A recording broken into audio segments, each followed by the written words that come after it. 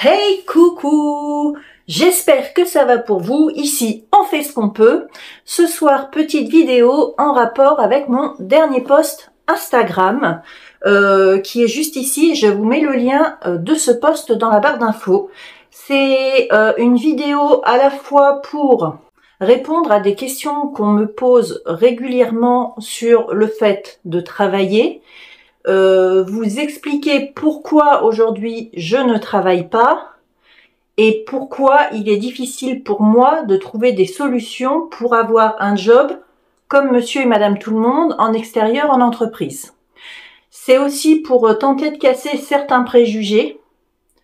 Alors, je vais faire, avant de commencer cette vidéo, un rappel.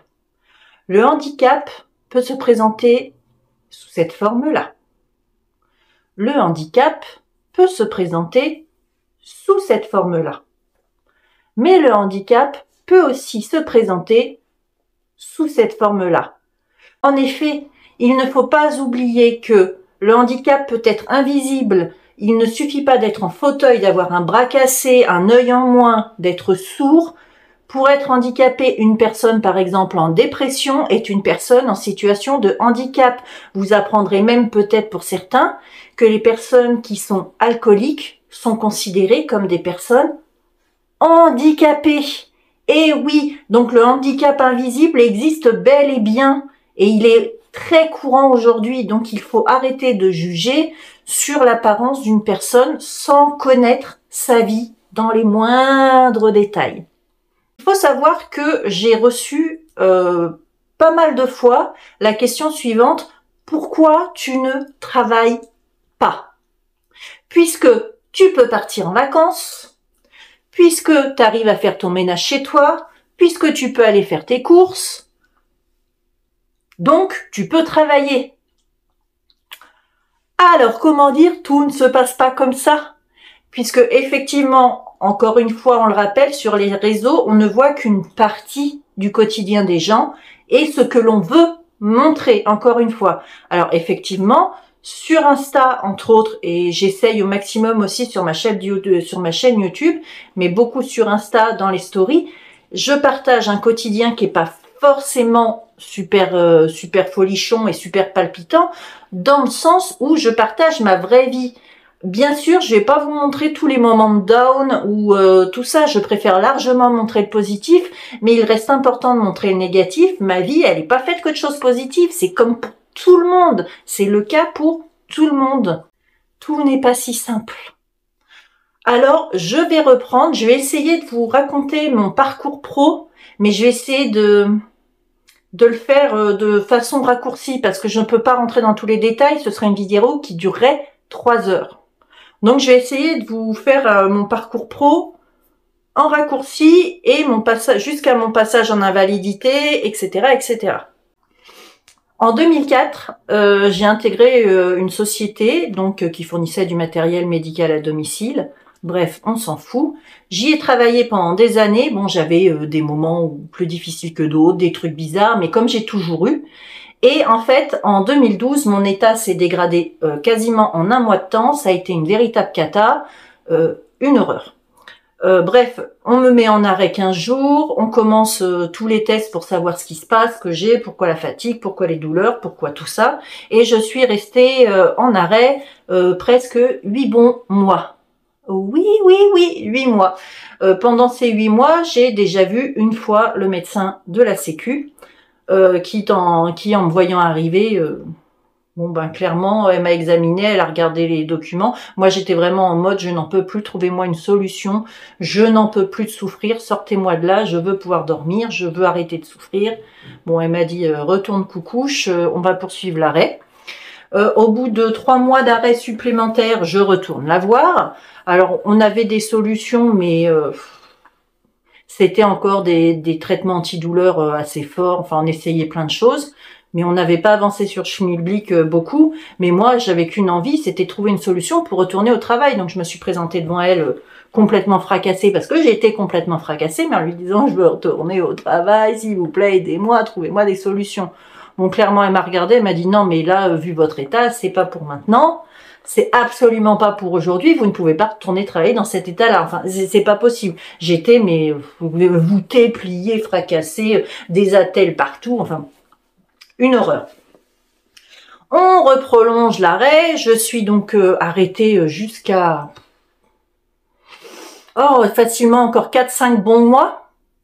Croyez-moi que ça fait long, hein, parce que ça fait quasiment 1 an d'arrêt, hein, sans retourner dans sa boîte, en étant à la ramasse derrière, en essayant de trouver des solutions. Et à la 3e fois, moi je lui ai redit, j'en pouvais. Alors certes, je souffrais, j'en pouvais plus, mais je lui ai dit, je vous jure, au secours, je veux travailler, trouvez-moi une solution. Alors elle me dit, oui, mais regardez dans quel état vous êtes et tout.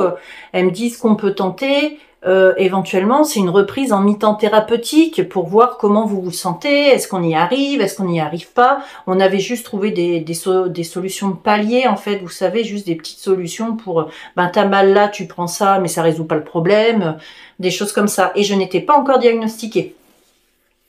Donc, en fait, en essayant de mettre en place ma reprise en mi-temps thérapeutique, donc mon employeur accepte, me reprend en mi-temps thérapeutique. Ça a été un grand combat avec mon médecin, puisqu'au départ je reprenais, mais je faisais des journées avec des débuts d'après-midi, parce que c'était sur quelques jours, je faisais juste quelques jours, mais en fait je rentrais, j'étais tellement épuisée, douloureuse et fracassée que je dormais tout le temps et que j'arrivais même plus à faire à bouffer, j'étais dans un état lamentable. Bref, première reprise de mon mi-temps thérapeutique, je me suis accrochée comme une tarée, j'ai tenu 1 mois, au bout d'1 mois, j'étais de nouveau en arrêt. Voilà. Donc retour casse-départ, arrêt, la totale.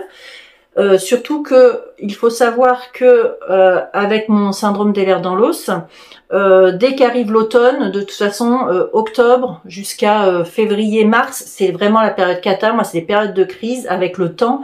C'est juste une horreur. Et à cette époque-là, d'une, je ne savais pas ce que j'avais. Il n'y avait rien pour m'aider en traitement. J'étais à la ramasse, donc c'était vraiment au jour le jour. Bref, on passe. Arrive décembre 2014, je revois le médecin de la Sécu. Juste début décembre 2014, je revois le médecin de la Sécu. Elle me dit, on va essayer de reprendre le mi-temps thérapeutique, mais on va vous mettre en invalidité parce que clairement, enfin voilà, elle s'est bien rendue compte que je tenais pas le coup. Et elle m'a dit derrière, pour votre mi-temps thérapeutique, on va quand même essayer d'aménager votre poste de travail, qui était un travail administratif de base. Donc, je la vois, on va dire 4 jours après, ouais, je pense que c'était à peu près ça, 4 jours après, je vois un spécialiste qui me diagnostique. Le diagnostic changeait beaucoup de choses parce que la médecin de la Sécu, au départ, partait sur une invalidité 1. Parce que on savait pas trop et elle pensait qu'il allait y avoir un mieux. Donc, le spécialiste lui a fait tout un dossier. Je suis allée voir, pour le coup, l'assistante sociale de la Sécu. J'ai expliqué ma situation à l'assistante sociale de la Sécu qui a retransmis le dossier au médecin de la Sécu. Et finalement, ils ont statué sur une invalidité 2. Donc, depuis décembre 2014, je suis en invalidité Sécu. Je parle bien de la Sécu. 2e catégorie. C'est-à-dire que soit je ne travaille pas du tout, soit j'ai le droit de travailler, mais que mi-temps, quart-temps, et vraiment jusqu'à obtenir juste une certaine somme, parce que j'ai une somme, un plafond à ne pas dépasser. Mais c'est vraiment mi-temps, quart-temps, le droit au travail. J'arrive au boulot, par chance, ce que je ne savais pas, ça faisait 10 ans, 2014-2004, ça faisait 10 ans déjà que j'étais dans l'entreprise. Et le fait que ça fasse 10 ans que j'étais dans l'entreprise et que je sois passée en invalidité 2, la prévoyance, en fait, dans ce cas, vous prend en charge et en plus de la rente d'invalidité 2e catégorie de la Sécu, qui allait m'être versée puisque je travaillais quasiment plus, eh bien ma prévoyance, la prévoyance souscrite par l'entreprise, me prenait en charge pour une rente invalidité que je touche jusqu'à mes droits de retraite. Heureusement, sincèrement, je vous jure que, encore une fois, j'ai eu de la chance dans mon parcours. Donc, la prévoyance prend le relais. En même temps, la GFIP prend le relais. La GFIP, c'est un organisme qui aide à améliorer vos conditions de travail et à aménager vos postes quand vous êtes en situation de handicap. Donc, mon employeur a essayé de tout faire. On a modifié mes heures pour que ce soit plus cohérent et que j'essaye que je sois le moins fatiguée possible.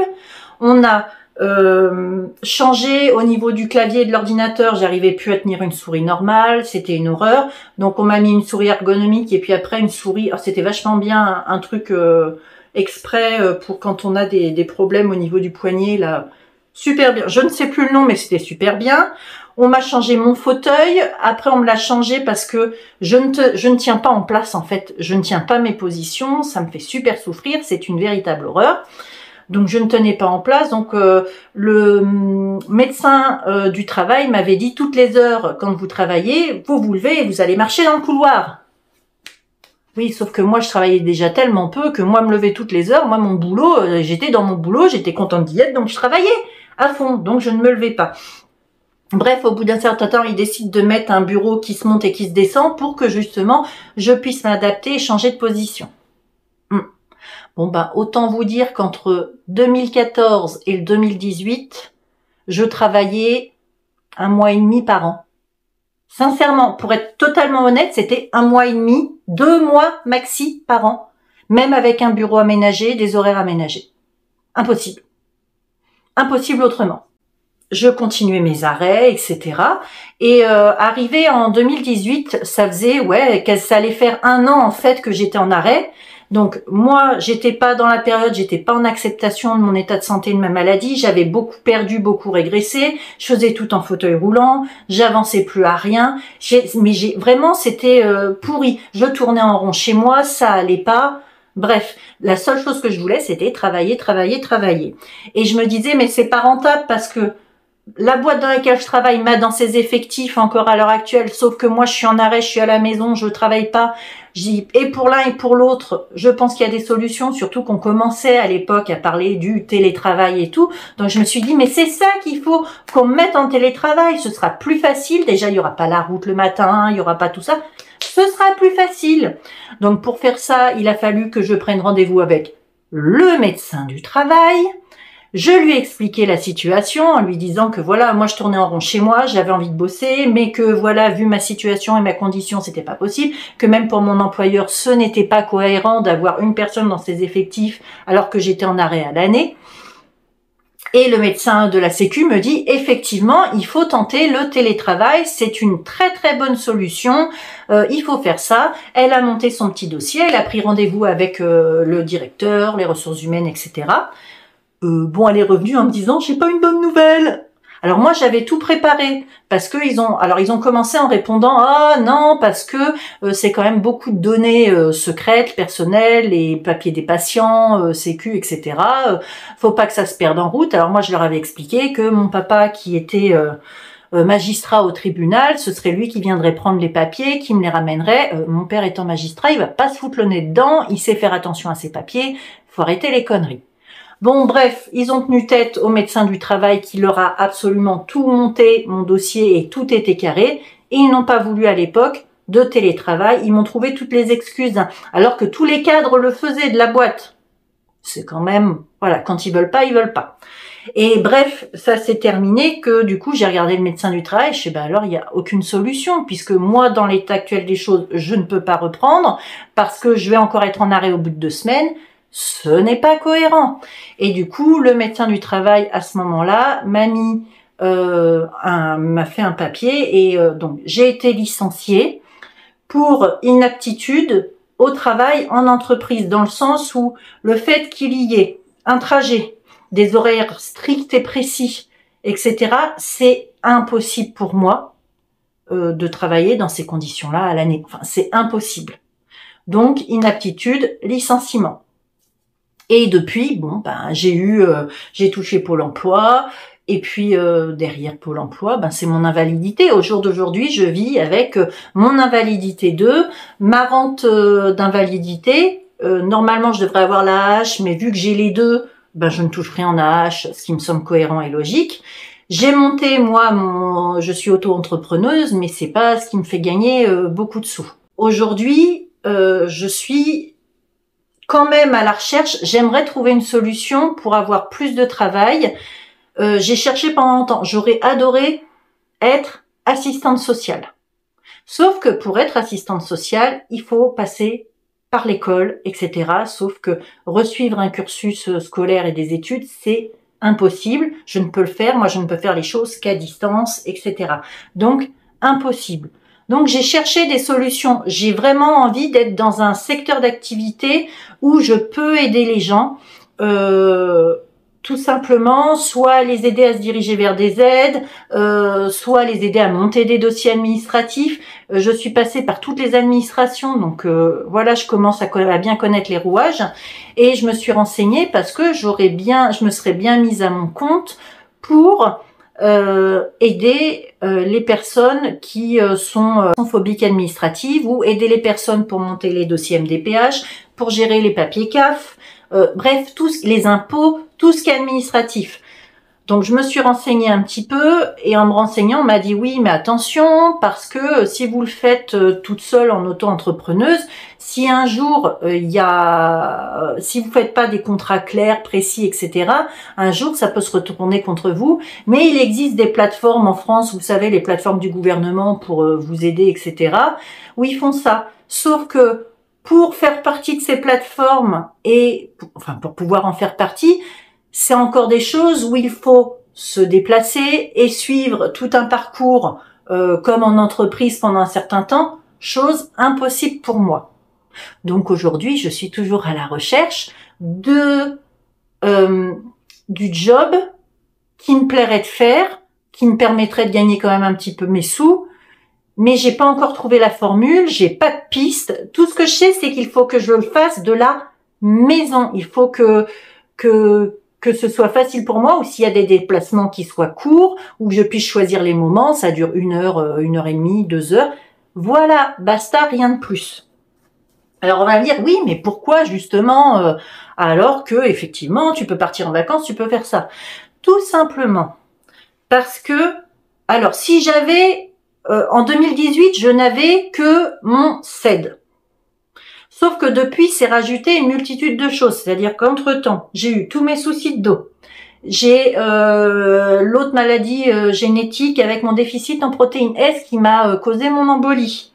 Depuis décembre là, j'ai des algies vasculaires de la face avec des injections à faire. Et autant vous dire que quand une AVF vous prend, à part avoir l'envie de vous jeter par la fenêtre, il ne se passe pas grand-chose. Et déjà, rien qu'avec mon CED, c'est difficile, même si ça fait un moment que j'ai accepté la maladie, que je suis passée au-dessus, que ça fait 2 ans et demi à peu près que je suis très bien suivie, où j'ai quand même récupéré physiquement plus, puisque je me déplace moins avec mon fauteuil, etc. Malgré tout, j'ai toujours des douleurs au quotidien. Quand je me lève le matin, je ne sais pas, c'est-à-dire que la première chose quand je me lève, c'est essayer de reprendre possession de mon corps, voir où ça merdouille, parce que ça va définir à peu près ma journée. Donc déjà, dès le matin, je ne sais pas dans quel état je vais être. Est-ce que je vais être bien? Est-ce que je vais être mal? La chose qui est sûre, c'est que je vais être complètement explosée et fatiguée, puisqu'il y a un syndrome de fatigue chronique qui s'installe derrière la douleur.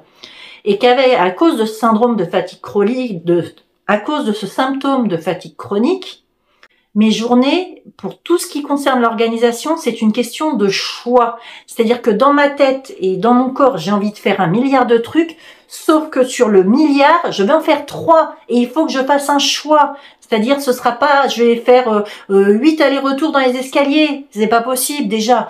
Ça va être, par exemple, si je suis toute seule, il faut que je sorte le chien. D'accord, mais je vais avoir aussi mon ménage à faire, ma douche à prendre, la bouffe à faire, donc il faut faire un choix. Donc le chien, de toute façon, sachant qu'en plus il fait des grands tours et que là de ma crise hivernale, j'ai pas encore tout récupéré, je le sors en fauteuil, je n'ai pas d'autre choix. Après, s'il faut faire les courses, ah merde, va falloir faire les courses. Donc 2 jours avant de faire les courses, je me dis oulala, va falloir que j'aille faire les courses, donc il faut que je me repose au max pour avoir suffisamment d'énergie dans 2 jours, si tout va bien dans mon corps.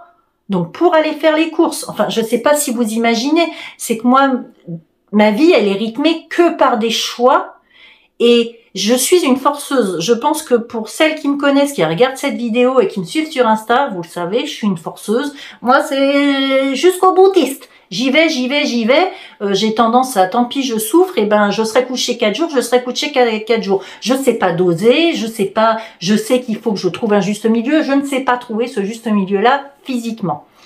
Et ben, c'est compliqué. Parce qu'il y a des jours avec et il y a des jours sans.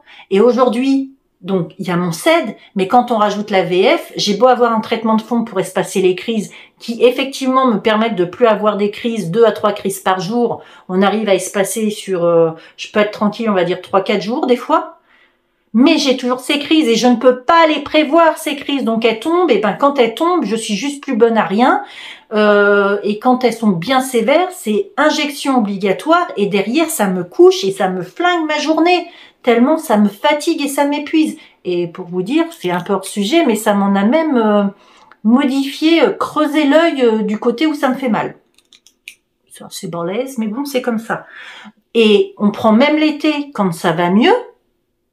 En fait, je bouge tout le temps, c'est-à-dire je ne peux pas rester en place. Je reste en place quand je dors et encore je tourne, hein, je fais la machine à laver en dormant, mais en fait, je ne tiens pas en place, je n'arrive pas à me concentrer 5 heures d'affilée, c'est impossible pour moi de me concentrer 5 heures d'affilée. C'est difficile. Je vous donne un exemple pareil. Il y a pas longtemps, je suis allée voir un spectacle d'un humoriste, ça me tenait beaucoup à cœur. Je suis arrivée un peu en avance, il fallait, parce que c'était blindé. Donc il a fallu attendre. Donc déjà, j'ai peiné ma race pour attendre avant de m'asseoir. Bon, les salles, c'était juste des petites chaises. Oh, que j'ai eu mal au popotin. Ah, j'ai souffert. Mais alors, quand je vous dis que j'ai souffert, j'ai souffert. Mais j'ai surkiffé mon spectacle. Et pour rien au monde, enfin, s'il fallait recommencer, je recommencerais. Mais j'ai souffert et j'ai été mal pendant 2 jours derrière. Mais voilà. Bref, le fait est que je peux travailler, si je travaille à la maison, en organisant mon temps à la maison, parce que ça va être des temps de 1 heure ou 2 heures, où je peux me concentrer sur quelque chose et m'y mettre. Je ne peux pas travailler en continu. Et s'il faut faire de la route en plus, me mettre à un bureau, ça je peux pas. C'est-à-dire qu'on me dise, tu t'assois à un bureau et tu travailles à un bureau, je vais le faire pendant 1 heure. 1 heure et demie, c'est parfait. Après, je peux changer de place. Quand je suis chez moi, je m'en fous. Je peux me mettre dans le canapé avec mon ordi. Je peux me mettre sur mon gimbal, sur ma gimbal, pardon, à mon bureau. Je peux me mettre à la table de la salle à manger. Je peux bouger. Quand vous êtes chez un employeur, ben non, t'as le droit, tu restes à ton bureau et tu souffres. Donc c'est très compliqué. Donc je sais que je ne pourrai pas et plus travailler en entreprise. Le fait est que j'ai envie, ça n'enlève rien à mon envie de travailler. Malgré la fatigue, malgré les douleurs, j'ai envie de travailler. Aujourd'hui, j'ai envie de travailler et de faire quelque chose qui me plaît et pour laquelle je sais que je suis faite pour ça. Je sais que je suis là aujourd'hui pour pouvoir aider les gens, que je suis capable d'aider les gens et j'ai envie de faire ça. Et c'est pour ça que le côté assistante sociale, mais ça m'a toujours un petit peu suivi, mais ça m'aurait beaucoup plu. Mais c'est impossible pour moi. Alors il y a peu, j'ai entendu parler des écrivains publics qui s'occupaient finalement aussi tout ce qui était administratif pour les personnes. Donc je suis en train de me renseigner un petit peu sur la chose, mais vous, si vous avez des idées, si vous avez des informations ou des choses comme ça, mais n'hésitez pas à me les donner, à venir discuter avec moi et à me donner des idées, parce qu'aujourd'hui, oui, au-delà des créas de bijoux, de mes cartes aquarelles, etc., mes petites cartes et mes machins, sincèrement, j'ai quand même envie de me rendre utile. C'est une question d'utilité et de faire quelque chose qui me plaît. Donc, si vous avez des informations, allez-y, mettez-moi ça tout là-dessous. Donc, pour répondre aux gens, oui, mais tu pars en vacances. Oui, mais je pars en vacances parce que d'une, déjà avant, je me prépare avant de partir en vacances, je me repose. Mais en vacances, je suis toute seule, je suis pas assise à un bureau, je peux récupérer de mon trajet, j'ai tous mes petits accessoires pour être bien, pas souffrir au volant, etc., etc. Oui, je vais faire mes courses, mais à quel prix? Parce qu'en plus, maintenant, j'essaye de les faire sans fauteuil. Hein. J'y vais sans mon petit fauteuil pour justement essayer de maintenir le physique. Mais à quel prix? C'est-à-dire que 2 jours avant, il faut que je me repose, je fais les courses et après, je suis juste une larve et il n'y a plus personne. C'est-à-dire que je considère que j'ai pas demandé à être malade, j'ai pas demandé à avoir toutes ces merdes de santé, et j'ai pour autant envie de profiter de la vie, bon sang. Je peux pas, moi je vais pas rester là à subir ma vie et subir la maladie. Il en est hors de question. J'ai pas souhaité ça. Donc effectivement, mon état ne me permet pas de travailler, mais il me permet de vivre, et je pense que il est légitime et normal que j'ai le droit de profiter au maximum. D'où les vacances, d'où les sorties, mais heureusement, parce que sinon, sincèrement, si c'est pour rester chez moi 100% de mon temps, allongé, à rien faire, ou à juste à faire du ménage, mais moi, vous me donnez une corde et je me pends maintenant. La vie n'a aucun intérêt dans ces cas-là, très clairement. Donc oui, je vais faire mes courses toute seule, mais j'en paye le prix derrière. Est-ce que pour autant, c'est facile pour moi? Absolument pas. C'est pas comme aller au travail, je vais derrière, je bouge, mais derrière, pendant 2 jours, il n'y a plus personne tellement je suis morte. C'est ça qu'il faut bien se rendre compte, c'est que mon état, je suis obligée de tout calculer, de tout planifier. Je peux pas faire qu'en fonction de mes envies, c'est impossible, je déborde d'envie, mais je ne peux pas faire qu'en fonction parce que mon corps m'arrête avant. Mon corps m'impose des choses et là, je décide pas. C'est pas moi qui décide. Donc, on ne se fie pas qu'au physique avec « Oh bah tiens, tu fais ça, puis tu fais ça. » Oui, mais attendez, faut remettre dans le contexte. Et pourquoi je le fais? Pourquoi je fais ces choses-là? Pourquoi je pars en vacances? Pourquoi je vais voir un spectacle? Pourquoi je vais faire mes courses? Ben, faut que je vive. Et j'ai l'intention de profiter un petit peu de ma vie. Crotte, flûte, muste. Oh, suffit, hein? Donc voilà, donc on arrête les préjugés, c'est pas, bah dis donc, elle est toute guirette, elle danse, elle fait des TikTok, elle fait la mariole, elle va voir des spectacles. Donc elle pète le feu et elle peut aller bosser. Mais putain, qu'est-ce que j'aimerais! Et en plus, c'est dur quand vous nous dites ça, parce que en plus, je suis pas une feignasse, c'est qu'il faut le savoir, de fond, foncièrement, je ne suis absolument pas une feignasse.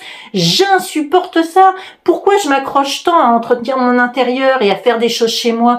Mais parce que je ne peux pas rester à rien faire, c'est impossible. Mais demandez même à l'une de mes meilleures copines, la voisine, mais elle vous dirait, en fait, je n'arrête pas, je suis branchée parce que je n'aime pas ça, rester à rien faire. J'ai besoin de me trouver quelque chose qui m'occupe, qui m'intéresse, qui me maintienne. Et en fait, quand on revient en disant pourquoi tu travailles pas, mais tu crois que j'en ai pas envie, trouve-moi une solution, vas-y, mets-la en place, mais tu me trouves le taf que j'adore, que j'aime bien, de chez moi, que je peux faire à mon rythme, adapté à mon état de santé. Mais pardon, vous bougez, mais c'est le chien. Mais je le prends tout de suite. Donc encore une fois, arrêtez parce que ça nous fait. On doit déjà nous, malades chroniques et en situation de handicap, il faut savoir qu'on doit se justifier au quotidien sur tout et tout le temps.